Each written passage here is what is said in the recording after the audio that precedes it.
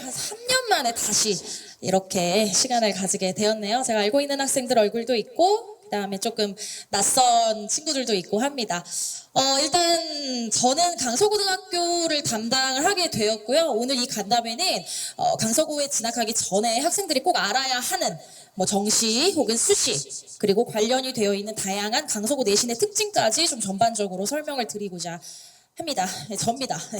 코로나 시기에 이제 제시가 되어가지고 촬영을 해가지고 마스크를 썼는데도 뭐 학생들이 뭐 미모를 뚫고 나온다 뭐 이런 얘기를 아니죠, 마스크를 뚫고 나온다 뭐 이런 얘기를 하던데 글쎄요, 잘 모르겠네요. 자, 본격적으로 시작하기에 앞서서 강서고등학교에 대해서 가볍게 설명을 드리고 들어가도록 하겠습니다. 23학년도 기준, 이제 제가 이 PPT를 만든 게, 지난주거든요. 그래서 23년도 기준으로 제가 일단, 점을 좀 세워보았고요. 학생 수는 353명. 되었고요. 아마 이번에도 크게 달라지지는 않았을 거라고 고려가 됩니다. 1등급은 13등에서 14등까지, 2등급은 전교한 40등 전후로 예상이 됩니다. 아시다시피 1등급은 4%고 2등급은 11%까지니까 관련해가지고 계산해 보시면 좋을 것 같고요. 강서구는 이제 보셨다시피 야자라든지 독서실 제도를 운영을 하고 있습니다. 그래서 성적 순으로 선발을 하고 한 타임에 100분씩을 진행을 하고 있기 때문에 학생들이 이제 60분치 끊어지는 그런 효율성 없는 수업보다는 좀 시간 관리를 잘 할 수 있다는 장점이 있겠죠. 그 다음에 저희 학생들이 좀 많이, 제가 담당했던 강서구 학생들이 많이 도움을 받다고 하는 것 중에 하나가 바로 133 제도라는 건데요. 이게 뭐냐면 상급 학년이 전날에 봤던 모의고사를 똑같은 시험지로 학생들이 볼 수가 있습니다. 그래서 1학년 같은 경우는 2학년 시험지를 볼 수가 있고, 뭐 2학년 같은 경우는 3학년 시험지를 볼 수가 있겠죠. 뭐 3학년은 뭐 볼 필요가 없겠고요. 그래서 1, 2학년들이 보통 이렇게 모의고사를 상급 학년 거를 보면서 이런 식으로 출제가 되겠거니라고 짐작할 수 있게 되는 게 또 중요한 특징이 되겠고요. 실제로 이걸로 이제 효과를 많이 봤다고 하더라고요. 그래서 학생들에게 굳이 제가 낯선 모의고사를 제공하지 않아도 아이들이 이런 게 있었어요, 선생님. 2학년 모의고사는 이런 게 나왔어요 라는 것을 언급을 하더라고요. 그래서 그런 식으로 운영이 되고 있다는 거 확인해 주시면 좋을 것 같고요. 보시다시피 전체적으로 강서구는 정시에 특화된 학교입니다. 그래서 뭐 다양하게 내신을 어떻게 따야 되느냐 뭐 이런 간담회이기 때문에 지금 설명하는 내용과는 조금 모순되기는 한데요. 어찌됐든 상급 학년의 모의고사를 본다든가 아니면은 뭐 야간 자율학습이나 독서실을 100분 정도의 타임으로 운영을 한다든가 이런 것들이 대체로는 수시보다는 정시에 조금 더 가깝지 않나, 네, 이런 생각을 해주시는 게 좋을 것 같고요. 그다음에 이게 이제 선배들의 한마디를 제가 갖고 왔는데요. 너무 길어서 요약을 좀 해왔습니다. 결론적으로 말씀드리면 강서구는 정시에 무조건 유리하다, 압도적으로 유리하다라는 말을 많이 하더라고요. 그리고 수시 진학 목표를 가진 학생 자체가 적다고 하는 평가가 많았고요. 내신 경쟁률이 치열하지 않다라고 하는 건데, 저 뒤에 있는 경쟁률이 치열하지 않다라는 거는 이런 뜻입니다. 실제로 내신을 누구는 하고 누구는 안 하고 이게 아니라 2학년쯤 되잖아요. 그러면은 떨어져 나갈 학생들은 대부분 떨어져 나갑니다. 그래서 제가 2학년 때 2022년 3월에 수능반을 개강을 했는데 이때 당시에 강서구 학생들이 절반 이상 차지할 정도로 학생들이 보통 수능에 대한 열의가 조금 더 높고 다른 학교에 비해서 치열하지 않은 거지 1학년 때는 진짜 물어뜯는 싸움이 벌어진다라고 생각을 하시면 좋을 것 같습니다. 비교과 같은 경우도 학교에서 챙겨주지는 않습니다.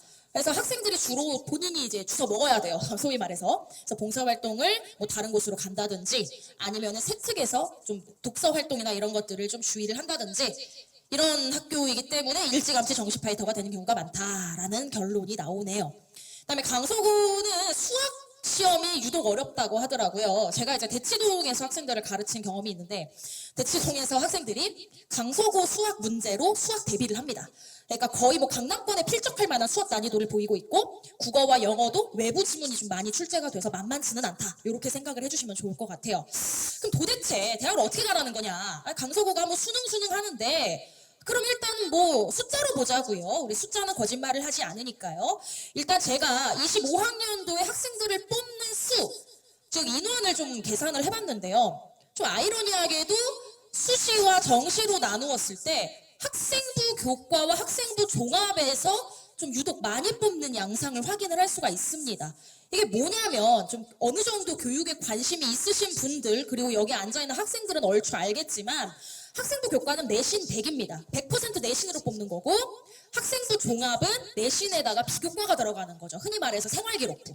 그래서 거기에서 독서 활동이라든지 봉사 활동, 그다음에 자율 동아리 이런 것들이 추가가 되면서 학생들이 생활기록부를 꾸려 나가서 만드는 건데 눈에 띄는 게 뭐냐면 내신 100으로 뽑는 인원이 60% 가까이, 절반 이상이 된다라는 걸 알 수가 있습니다. 그래서 교과, 비교과나 이런 것들을 강서구가 챙겨주지 않는다고 했잖아요. 그렇다고 해서 크게 뭐 로스가 될 만한 사항은 아니지 않나. 내신만 똑바로 챙기면 좋지 않을까라는 생각을 하고요. 뒤에서 제가 언급을 하겠지만 논술이라든지 실기 실적 같은 것들이 지금은 조금 미미한 편입니다만 이제 학생들이 이제 만약에 그러면 안 되지만 재수를 하게 된다면 논술이나 실기 실적 같은 것들이 좀 더 강조되지 않을까. 이 부분은 제가 뒤에서 설명을 할게요. 그 다음에 이제 밑에 정시가 있는데 수능 위주가 맞아 수능 100이 되겠죠. 거의 91.9%의 학생이 응시를 한다고 보시면 됩니다. 근데 여기서 눈에 띄는 거는 일단 숫자로 보기에는 얘가 제일 많아 보여요. 수능 100이. 그쵸? 근데 실제로 까놓고 봤더니 어머나 이렇게 되네요. 수시는 80%, 정시가 20%입니다. 그러니까 결론적으로 학생들이 이 정시라는 바늘구멍을 뚫는 것 자체가 상당히 좀 빡세다는 걸 알 수가 있겠죠. 그렇죠? 10명 중에 2명 정도밖에 정시로 입학이 불가하니까. 근데 우리 강서구 학생들은 여기를 뚫으려고 하는 거예요. 정시 파이터들은. 근데 사실 요거를 뚫는다는 것 자체가 물론 강서구 목동에서 최고의 학교이기 때문에 괜찮습니다. 그렇지만 전국 단위로 경쟁을 해야 되고 그 다음에 N수생들이 대거 몰려드는 고3 수능에서 완벽한 컨디션으로 본인이 완벽하게 본연의 점수를 유지해서 받는 것은 현실적으로 어렵겠죠. 그래서 우리는 요거를 좀 많이 준비를 해야 되지 않을까라는 생각을 제가 전달을 해드리고 싶고요. 결론적으로 말하면 내신 고등급 영순입니다. 왜냐하면 80%의 비율을 수시로 뽑기 때문에 어찌됐든 내신을 못 받으면 이 상황 자체가 이제 좀 굉장히 좀 말도 안 되게 꼬여버리는 그런 현상이 발생을 하게 되고 수능은 필수로 될 보험이다. 그러니까 수능을 위주로 준비를 하는 게 아니라 보험을 깔아놓고 내신에 몰빵을 해야 된다. 이렇게 말씀을 드려도 과언이 아닐 것 같네요. 그 다음에 대입의 기본에 대해서 제가 두 번째로 말씀을 드리고 싶은 게 재수 없어야 할 고1이라고 지금 언급을 드립니다. 제가 학생들한테 뭐 여기 재수업 듣는 친구들도 있겠지만 항상 하는 말이 뭐냐면 내가 국어 강사를 지금 11년 차인데 너네만큼 대학 가기 힘든 학년 처음이다. 이렇게 말을 합니다. 들어본 친구도 있겠죠?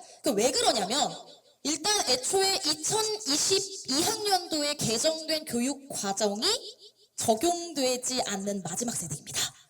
그래서 2028 대입을 준비하는 경우는 이게 맞겠지만 우리는 27 대비를 준비를 해야 되기 때문에 요런 너무 고교학점제를 뭐 절대적으로 모든 학교에서 수행을 한다든지 내신 5등급 상대평가제, 문이과 폐지 이딴 것들이 다 필요가 없다는 거죠. 그렇기 때문에 우리 학생들은 절대로 재수할 수 없고요.